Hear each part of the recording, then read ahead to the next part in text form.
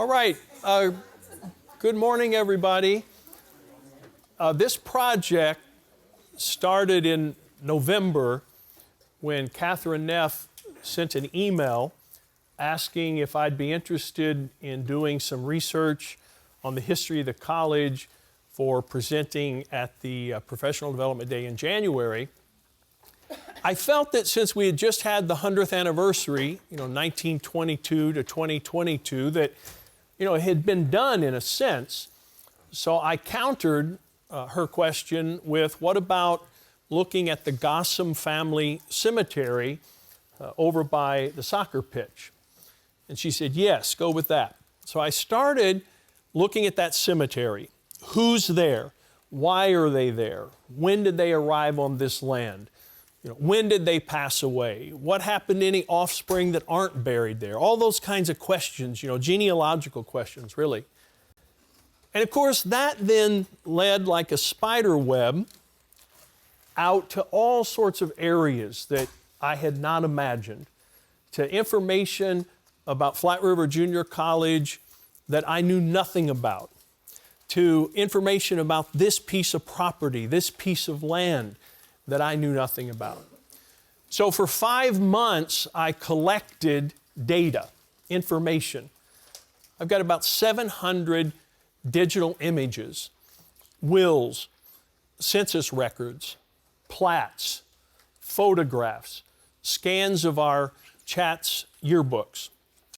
And I've typed all this up in a really nice way of like, you might present it at the American Historical Association or something where, you're reading it slowly. You know how historians can be at those meetings. It can get very dry. So I've got about 17,000 words that I've typed up, with every fact and bit of information that I could actually find. But I don't want to present that today. That'll be available online in some form down the road. I don't want to present that. What I want to present to you are the images I selected, those that I think are the most meaningful and useful. And when Catherine asked me to do this, it was for one presentation in January. Of course, that was too soon. I had too much research to do. But now this has become 2 presentations. So we'll do part of it today, and then I'll do the next part in August, because I decided I couldn't cut and I didn't want to rush. So having 2 opportunities to do a part 1 and a part 2 seemed to be the right idea. I've actually divided this into 3 areas, history as an area of research, land, the physicality upon which Flat River Junior College was placed, and then Mineral Area College, because as you know, we humans come and go, our institutions come and go, empires, nations, they all come and go, but somehow the land remains, and unless there's an upheaval, earthquake, volcano or something, it remains in looking pretty similarly than it did. And then the final part, the cemeteries. How many know we have 2 cemeteries on the campus? Just a few. I didn't know we had 2 cemeteries on this campus. Dr. Gilgore mentioned to me that he had been at the governor's inaugural ball, and somebody said, I have a relation buried at Mineral Area College. He said, oh yeah, we're studying right now. We're researching that cemetery. Oh no, not buried there. We have a small cemetery, at least 2 people, over by the North College Center. You know how when you pull around and you've got that round oval green space right in the center? We have a mother and her son. I'll talk about the mother and the son. I'll talk about part 2, the cemetery up here. Colton, as you know, in the department is right now organizing a cleanup day so that we can recover the words that were written on those stones so long ago. The first burial there was 1851, the last one was 1901. So we're going back 175 years. So we'll work on that. But what's been really interesting about this experience was the roads down which it took me that I had no idea were part of the overall 103-year-old story of Flat River Junior College and Mineral Area College. For example, you'll learn as we go through the presentation today and in the fall, we have a connection with The General Assembly in Jefferson City. That's the old courthouse, or the old state capitol, not the one we have today. They kept burning down. This one would burn down too, struck by lightning. The new one we have from the 19-teens is supposed to be fireproof, hopefully. Somebody involved in our school had a role to play in the General Assembly. The golden age of bank robbers. A lot of banks were robbed in the 1920s. This story involves 3 bank robberies in the 1920s. Circus posters. Very odd. What would that have to do with anyone ever affiliated with the physicality of this college? You'll find out. Japanese internment camp in Arkansas. Involves our Flat River Junior College in a way. The 1904 World's Fair. In particular, pay attention to the umbrellas. Our story involves the umbrellas at the 1904 St. Louis World's Fair. The Baptist Sanitarium in St. Louis, before it was the Baptist Hospital, Missouri Baptist, when it was in another location. Our story will touch down there for a brief period. That fellow ran for President of the United States in 1924. And he also played a small role in some of the story of some of the family members who used to live on this land. 1864, a wonderful painting, Abraham Lincoln and his cabinet, all around the time of the Emancipation Proclamation. President Lincoln wanted it memorialized, so he called in a great artist. That artist spent 6 months with him in the White House, ended up writing a memoir about his 6 months, being in and around Abraham Lincoln's White House. That picture, but in particular, that map there in the corner, that has something to do with our story. This documentary from the University of Hawaii, late 1960s, The Fabulous Five, that has something to do with our story. This is called Auto Row on Locust in St. Louis. Back in the 19-teens, 1920s, 1930s, if you lived in St. Louis and you wanted an automobile or you needed to have your automobile repaired, you would go to Locust. You would go to Auto Row. That house right here is part of the story. And of course, in 1933, when the Japanese war minister was on the cover of Time magazine, this was 2 years after the Japanese invaded Manchuria, called it Manchukuo, took control there in China. It was at the beginning of that period that would bring us into World War II. In that magazine, in January 1933, there's a reference to something that involves this big story. Now keep in mind, these are part of the cobweb of this story. It's not the primary, but it's part of that secondary or peripheral story. But let's start here. These are the community colleges in the United States now. We have about 1,200 community colleges, about 12 million students attending community colleges all over the United States. The Association of Community Colleges that just awarded Dr. Gilgore the CEO of the Year was founded in 1920 up the road in St. Louis, right before Flat River Junior College was founded in 1922. I've often wondered if maybe some of the people in the Flat River School District actually drove up to St. Louis, attended the conference when that institution was founded. The whole idea of a community college, then called a junior college, actually started in the mind of the president of the University of Chicago in the 1890s. He thought it would be a good idea to have 2 years post-secondary near home for people to complete that part of the 4-year college experience. He started a little trial there at the University of Chicago in the 1890s. It worked really well. So well that in 1901 in Joliet, he started the first freestanding independent junior college, which you attended. Not in 1901. Much later. That is the first freestanding independent junior college in the United States, 1901, Joliet. So what's the first freestanding, independent junior college in this area? Flat River Junior College. That's what we all think. I discovered this was not the first junior college in this region.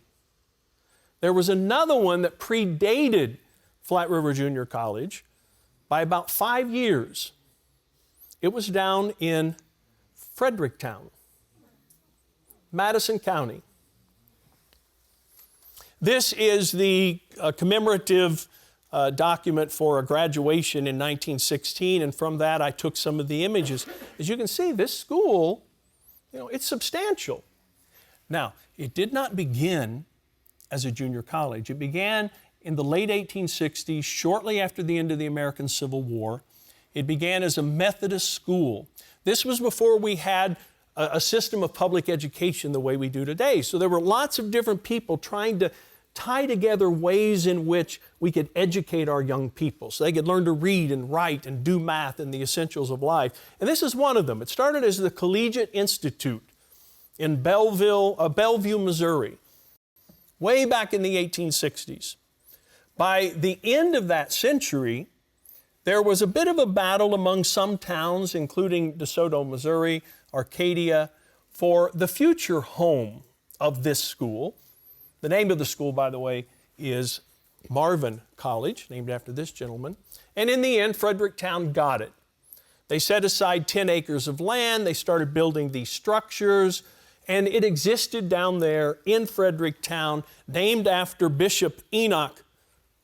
Remember Cotton Mather and Increase Mather from the Puritan, Massachusetts period?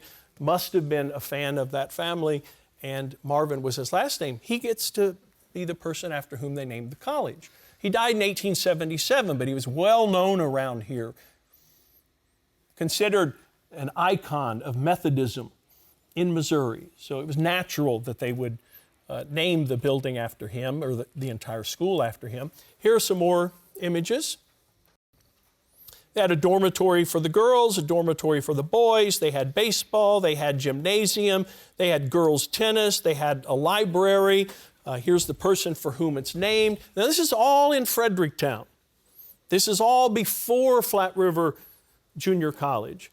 This is 1917, 18, 19, 20, 21, 22. And then, in 1917, Marvin College becomes officially recognized as a junior college. At this time period, it was the University of Missouri that would certify that an institution is working well, running well, they're educating well. We can call them a junior college. The president of the University of Missouri and the president of the University of Chicago were good friends. And they had hammered out the idea of this junior college system in the 1890s and then began to implement it in different places in Missouri and in Illinois. In 1920, Marvin had a good year, 200 graduates, only 6 from the junior college, because you see, they taught 8th grade, they taught secondary, 9th, 10th, 11th, and 12th, pre-college. They taught commercial classes, what we would today call secretarial classes. So there were 200 graduates that year, but only 6 of them were from their junior college. Then they run out of money, and they have to start finding ways to get their money. And I will say this headline was a bit shocking. 1923, Marvin College gets some Klan money.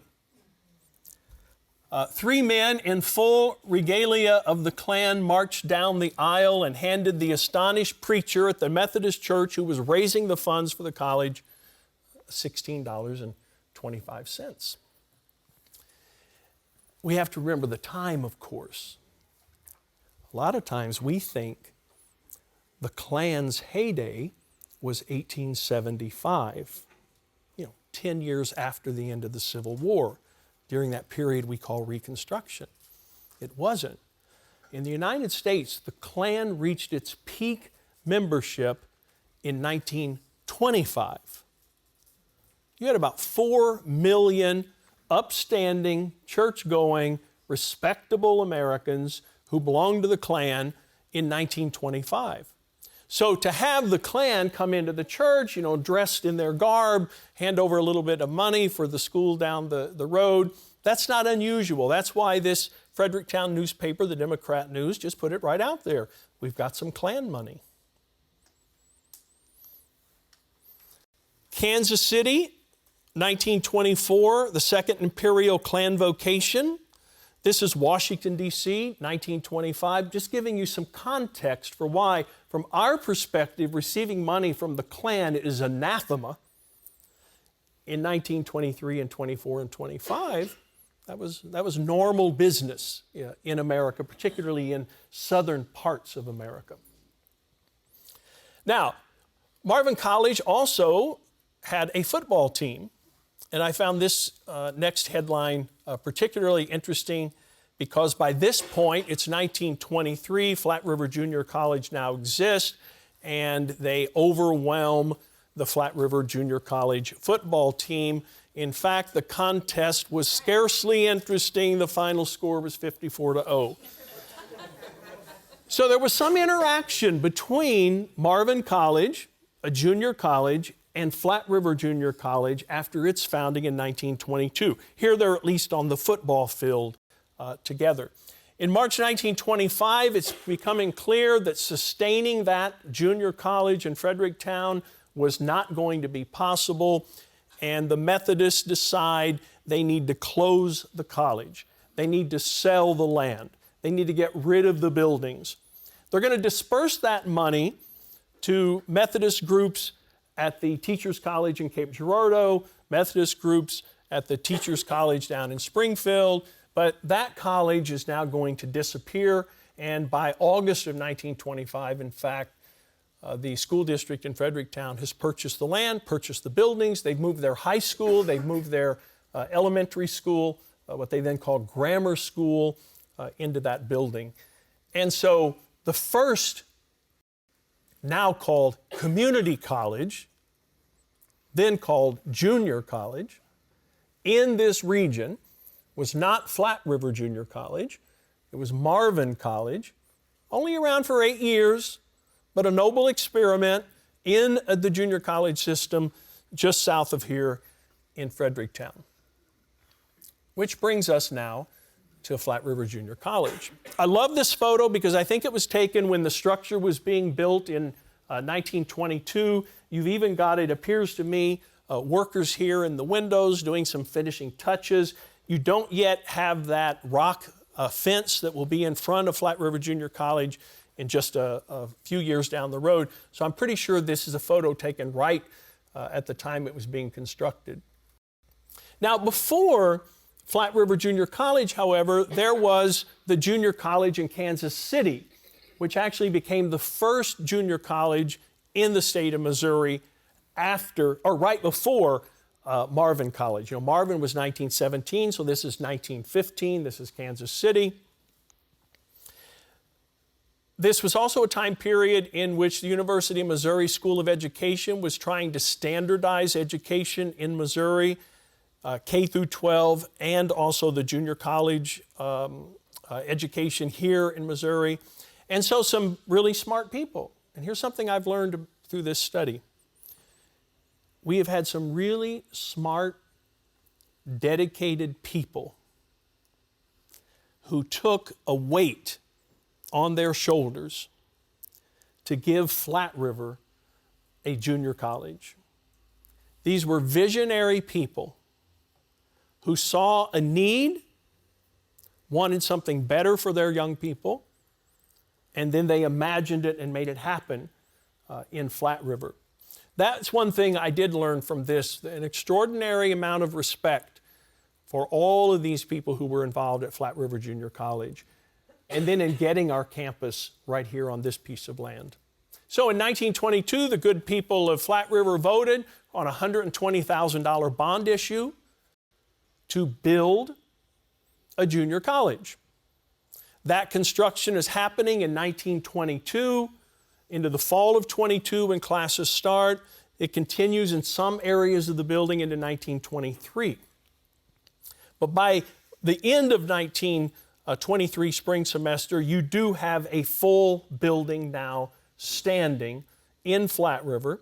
Half of it will be for the high school, half of it will be for the junior college. And these are the first faculty. She was born in the 1880s, recently widowed, 2 young children, became the first dean of Flat River Junior College, Esther Dole. She went on to earn a PhD. She went on to move to Maryland, where she got a job as a PhD history professor in Maryland. She became an expert on the role of the state of Maryland in the American Revolutionary War. She wrote and published a book about Maryland in the Revolutionary War. Extraordinary. The first dean. They didn't call them presidents at Flat River Junior College. They were deans. And there were 12 deans from the founding until Mineral Area College was created in 1965. This is another extraordinary person, Quita Abbott. She goes on to a nice career in Florida at a university. She becomes one of America's leading nutrition scientists. This fellow right here, also interesting. He was a folklorist, spoke lots of languages, liked to study mythology, lived his life mainly translating. Brothers Grimm, all sorts of these old classic fairy tales into the English language. 1923, Flat River Junior College is growing. Enrollment is tripling. It's no longer an experiment. It is a forerunner, practically unanimous, the support of the people. Rich lead companies are helping out. You've seen this cornice, of course, in our quad. That was atop the door that you would go in. As you were facing the building, on the left side was the junior college. So you would go into this door where it had the word junior college. The other side was for the high school. That is, of course, now out in our quad. Yeah. Yeah, I love that because it's an opportunity, right, to actually touch the history. You know, to have this physical reminder from over 100 years ago that it once stood here, you know, in a different location. 1924, 1925, the first commencement. There were a dozen people graduated that first year, about half of them from what we now call Park Hills, Flat River, Elvins, Esther, a couple from Bonne Terre, a couple from Farmington. And then in 1925, the school also becomes fully accredited, again, by the University of Missouri. That is the accrediting agency for junior colleges at this time period. Now, as I said, I like land, right? I like to see what used to be on land and how land has changed in terms of the structures that we put on land. So I went back and I looked at some maps of that area. These are called Sanborn Fire Maps. Sanborn was a company. It was founded about the time of the American Civil War, did its work all the way into the 1970s, and it would go into towns and communities all over the United States, and it would create a map of all the structures there. And all the different colors meant, you know, what kind of structure is it? What kind of roof does it have? These sorts of things. So that when these people went to insure their property, insurance companies could look it up. So look here. This is 1908. This is that triangle of land that Central High School still sits on over in Park Hills. You'll notice, though, there's a lot of residential in 1908. Here's the only building standing for the Flat River school system. It was built in 1904. A few years later, 1915, some of the residential has been removed, and now we've got a second building. So the Flat River school system is growing. This is 1915. Remember, they're about to have the idea of the junior college. 1927, you've now eliminated almost all of the residential, and here, friends, that's the junior college. This half right here is the junior college. The other half is the high school. 1938, you've got the same four structures, but as you can see, they've now added on to the junior college. They've also added on to this building and turned it into an administration building. The current Central High School sits right here. This is now where the parking lot is at the Central High School. So our junior college, if you look at the property, if you go over there, that parking lot is where the junior college once was. Here's a close-up. This makes it a little easier to see. Here we go. Here's Flat River Junior College. That's what it looks like as a detail, enlarged a bit, so you can see the different structures. That had been added on in 1936. That's the parking lot at Central High School. Now, you might have noticed a building up here. That building is not part of that triangle of land, but keep an eye on that building for this. That's the same building. This is 1908. This is 1938. This is before Flat River Junior College. It's a domestic science school used by the Flat River school system. This is 1938. It's now the Junior College Domestic Science Hall and a public library. That is the only physical structure that was once part of Flat River Junior College that is still standing. I took that photo last month, March of 2025. This is from a photo in the Flat River High School yearbook of 1916. It's now for the administration of the school system. That's it. That's the last building. Now, that first year before the junior college building was completely finished, there were times when Flat River Junior College students actually had classes in that building, in the basement, on a platform, because certain areas of the building that would be their real home very soon were still under construction. If you go back looking at old newspapers, as I've done, I've spent hundreds of hours looking at newspapers.com, old newspapers. That building's name shows up time and time and time again as a community space for the people of Flat River in the 19-teens and 20s and 30s, and then for use as part of Flat River Junior College. Here's a topographical map of that triangle I mentioned. Here you can see the buildings. This is 1958. They have it labeled Junior College. That's what it looks like today. So it's the same triangle of land for about 130 years, has been used by the people of Flat River Park Hills for education. I was really curious, though, to know where did the Flat River Junior College structure stand on that triangle of land. So I took the overlay of the Sanborn map, I put it on top of today's Google map, and then it was very clear. There's our building. That's the parking lot. I truly feel we need a historic marker that just notes this parking lot once was the home of the Flat River Junior College. I lined up all the streets to make sure that I'm really getting the right spot, and it's been located for sure.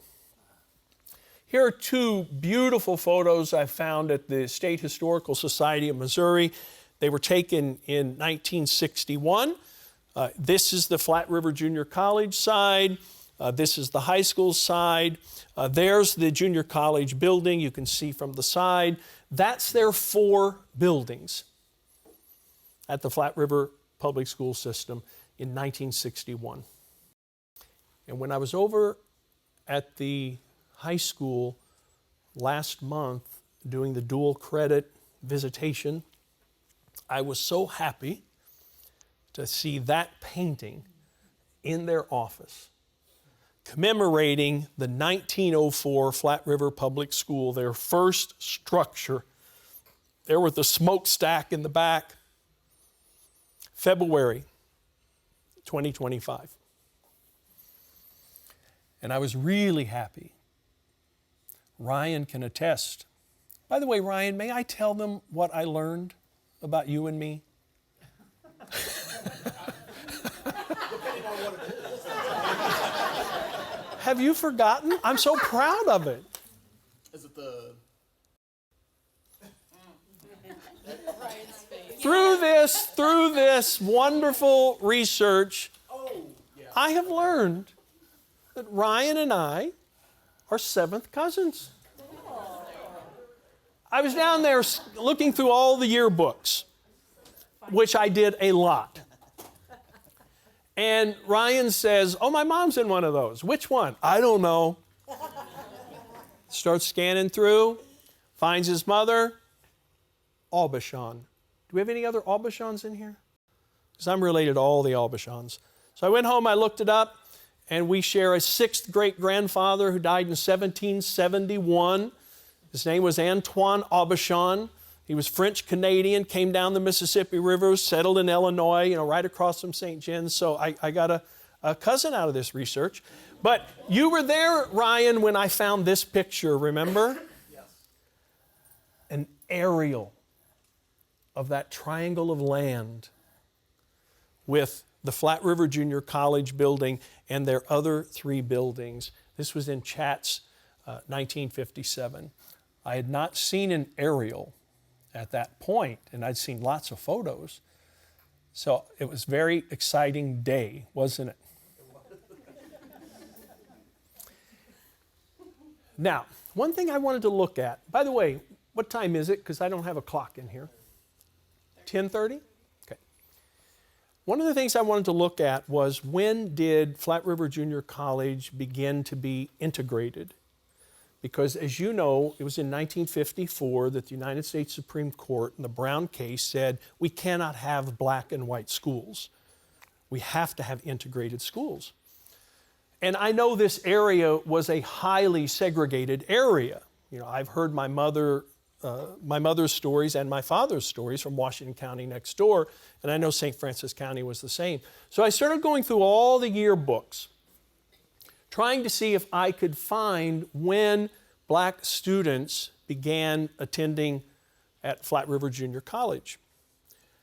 And instead, I did find that, but I also found other things. For example, this young man was a student at Flat River Junior College in the mid-1950s. When I saw his name, Andrew Kono, Farmington, I thought, who in the world is this young man?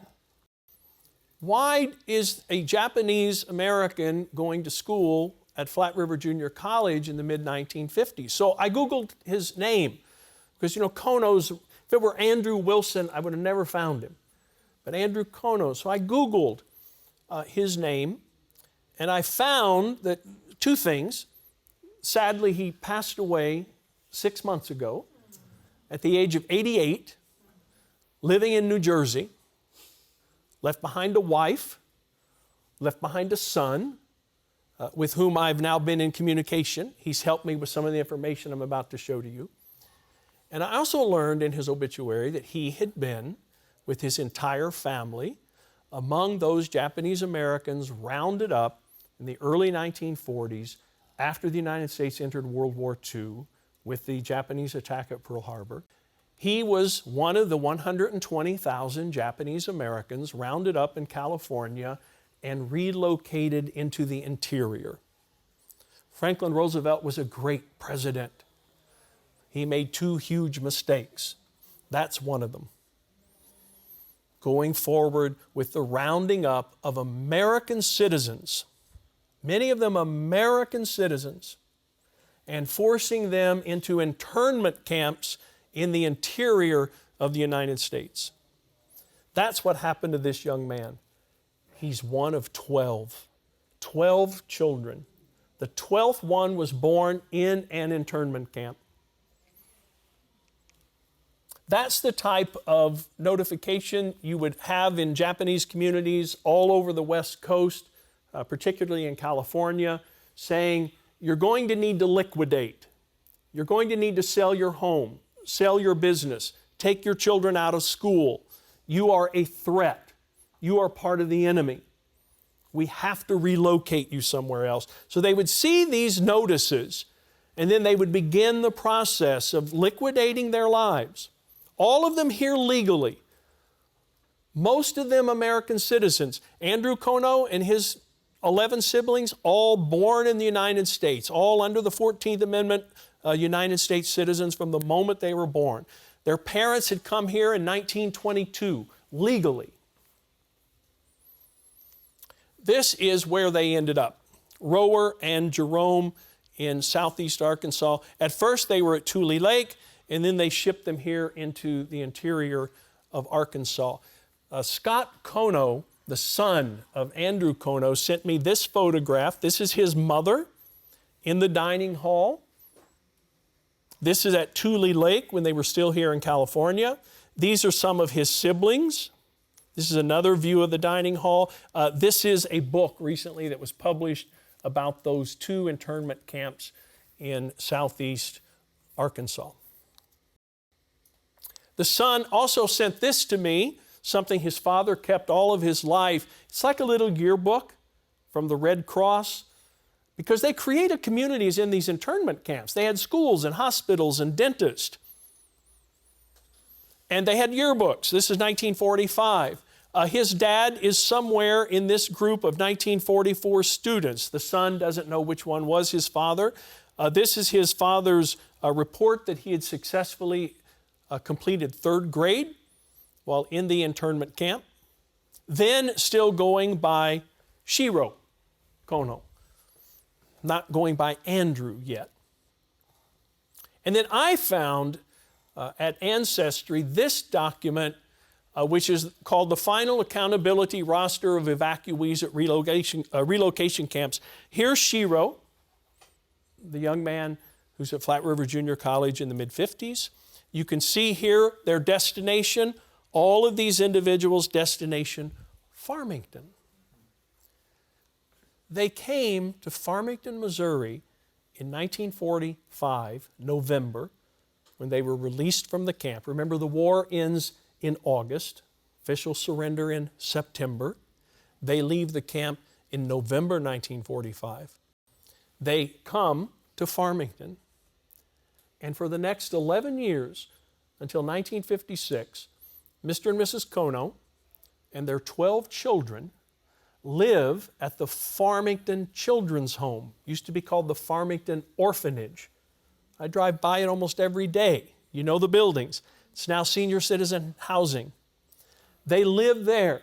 Mr. Kono takes care of the garden and the maintenance. Mrs. Kono is the laundress, and they're allowed to live on that property as supervisors of that property. So those 12 children went through Farmington school system from 1945 until they left Farmington in 1956. A few of these are still living. These with the asterisk are still surviving the death of their brother. Here's a magnificent photo of the Kono family.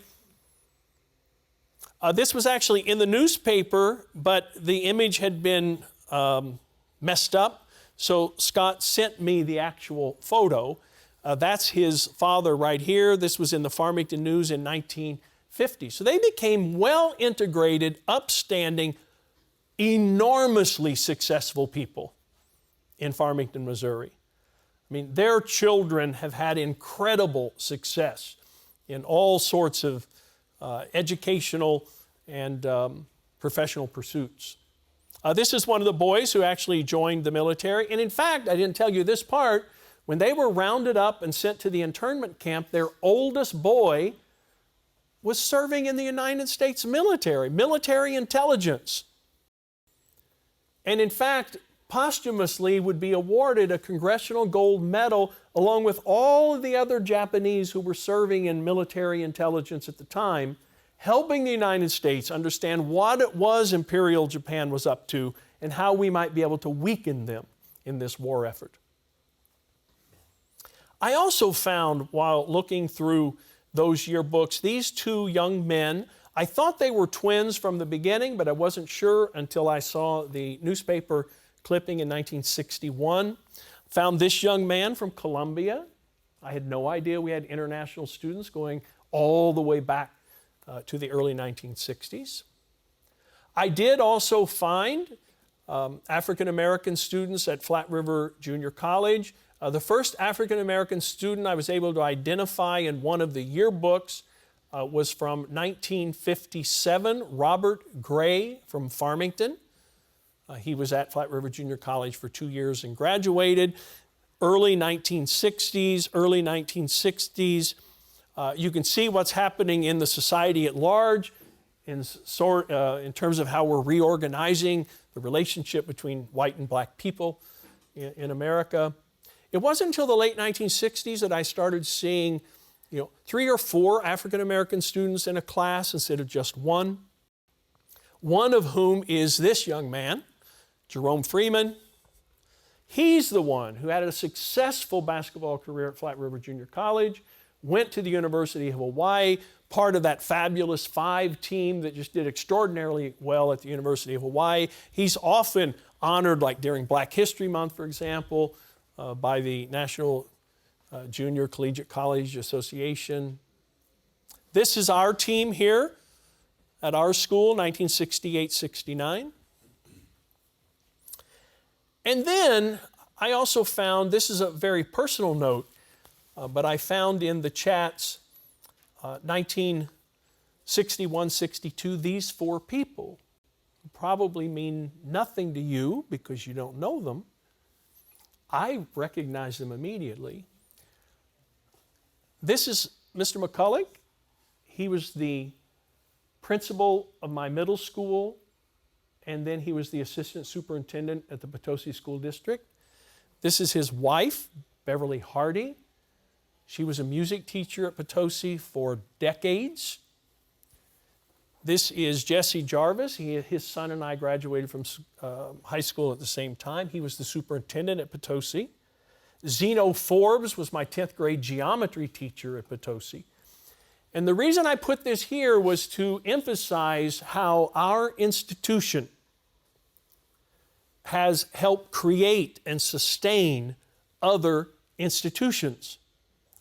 These 4 young people, all of whom still living now, well into their 80s, these 4 young people, they met here, by the way, at Flat River Junior College and married.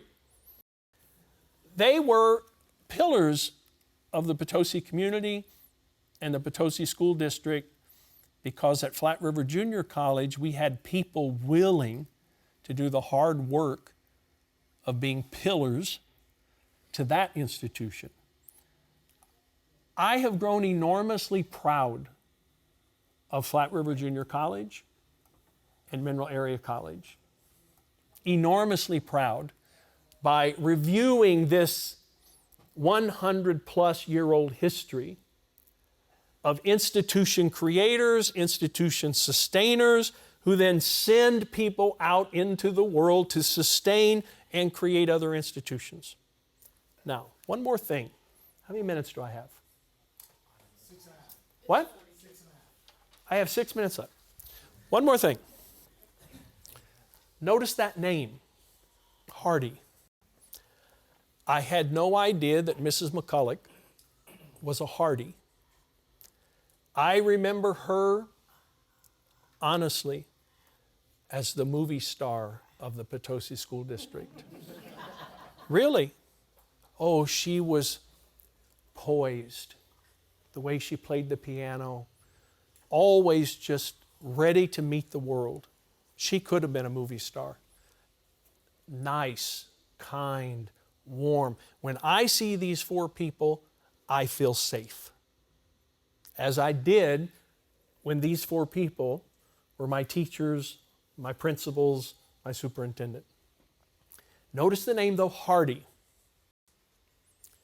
The woman buried at North College Center who died in childbirth in 1889, her name is Hardy. That woman is her great-grandmother. When I first saw the name Hardy, I did a little research and I found some Hardys in the area, got in contact with them. That's their family. When we get to part 2 or part 3, when we get there, we're going to talk about that cemetery in more detail. It's amazing. And of course, we're going to talk about the cemetery here nearby also. Wow, the stories and how some of the members of that family go way out into the world.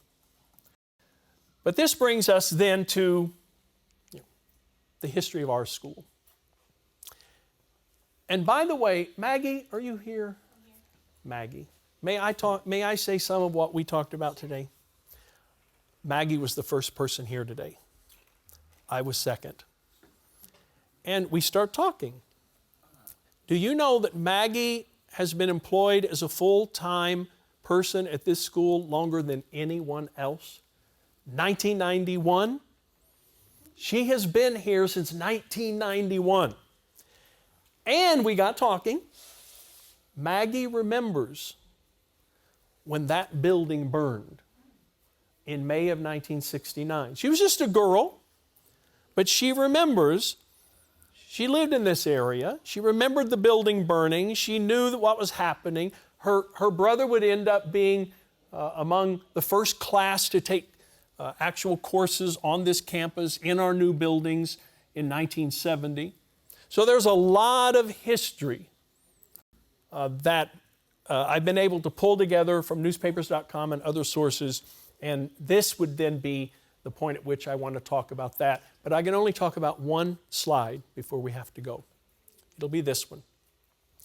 There were three events that came together that made the creation of Mineral Area College an absolute, an essential. The first was that the governor of Missouri signed legislation allowing there to be the creation of what are called junior college districts. Remember, Flat River Junior College was an institution of the Flat River school system. The superintendent of the Flat River school system was over the junior college, with the dean as like the second in command. With this piece of legislation, the state is now saying you can create a junior college district. The state will provide some financing. You can put forth bond issues for the people in your community in order to raise the money you need. This is huge.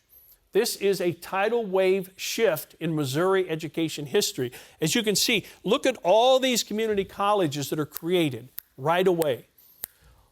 Some junior colleges that now go from being a local district to being a huge college district. But this is really important. This happens in 1961. And on the same day, this is Daily Journal, a magnificent reference, by the way, everyone.